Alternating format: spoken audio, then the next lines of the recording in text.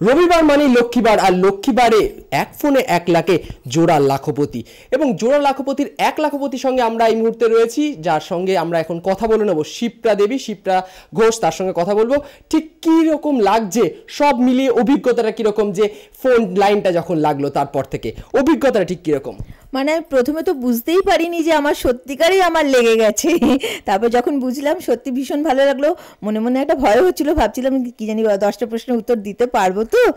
এটা মানে মোট কথা মানে ভীষণ ভালো লেগেছে। আর এই মুহূর্তে তো সত্যি মানে আমার কাছে এটা স্বপ্ন ছিল, সত্যি মানে ভীষণ ভালো লাগছে ভাই।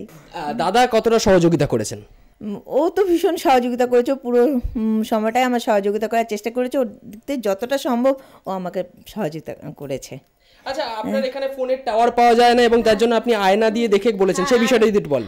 আমাদের বাড়িটা একটু পুরনো দিনের বাড়ি তো, সেজন্য মোটা মোটা দেয়াল, সেই জন্য টাওয়ার সবসময় মানে সমানভাবে আসে না। ম্যাক্সিমাম টাইমে ঘরের ভেতর হলে টাওয়ার পাই না। তাই এই প্রোগ্রামটা দেখার সময় আমার ঘরে টিভি, আমার ঘরে মানে যেখানে টিভি তার অপোজিটে আমার একটা আলমারি রাখা আছে, সেই আলমারিতে আয়না ফিট করা আছে। সেই আয়নাতে আমি বাইরে দাঁড়িয়ে দাঁড়িয়ে জানালা দিয়ে দেখেছি। আর আমার হাজব্যান্ড ঘরের থেকে সেটা মানে কিছুটা আমাকে পরিষ্কার করে দিয়েছে, কি দেখানো হচ্ছে বা কি বলছেন আর কি, সে ব্যাপারটা ফোনে কুণালদা যেভাবে বলেছেন আমাকে সেভাবে আর কি চেষ্টা করেছি।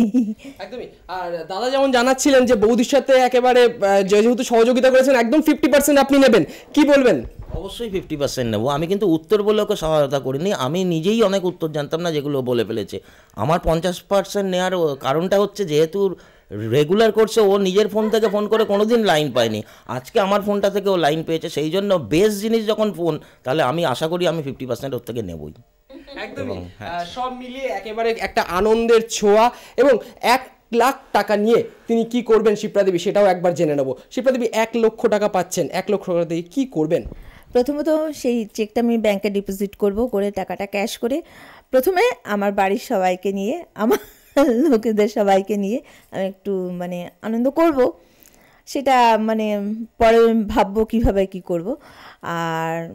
আর একটা ভাবনা আছে, যারা আমাদের তো এখানে আশপাশে মানে আমাদের সমাজে প্রচুর মানে দুস্থ লোক আছে, যাদের সেরকম প্রয়োজন, সে যদি আমার মানে নলেজের মধ্যে আসে, সেভাবে আমার ইচ্ছা আছে কিছু আমি হেল্প করব। সাধ্যমতো দুস্থদের সহযোগিতা করার পাশাপাশি তিনি নিজের পরিবারের সঙ্গে আনন্দও করবেন। কথা বলছিলাম শিপ্রা ঘোষের সঙ্গে। ক্যামেরায় সঞ্জয় বেরার সঙ্গে ওঙ্কার সরকার, চ্যানেল 10, কলকাতা।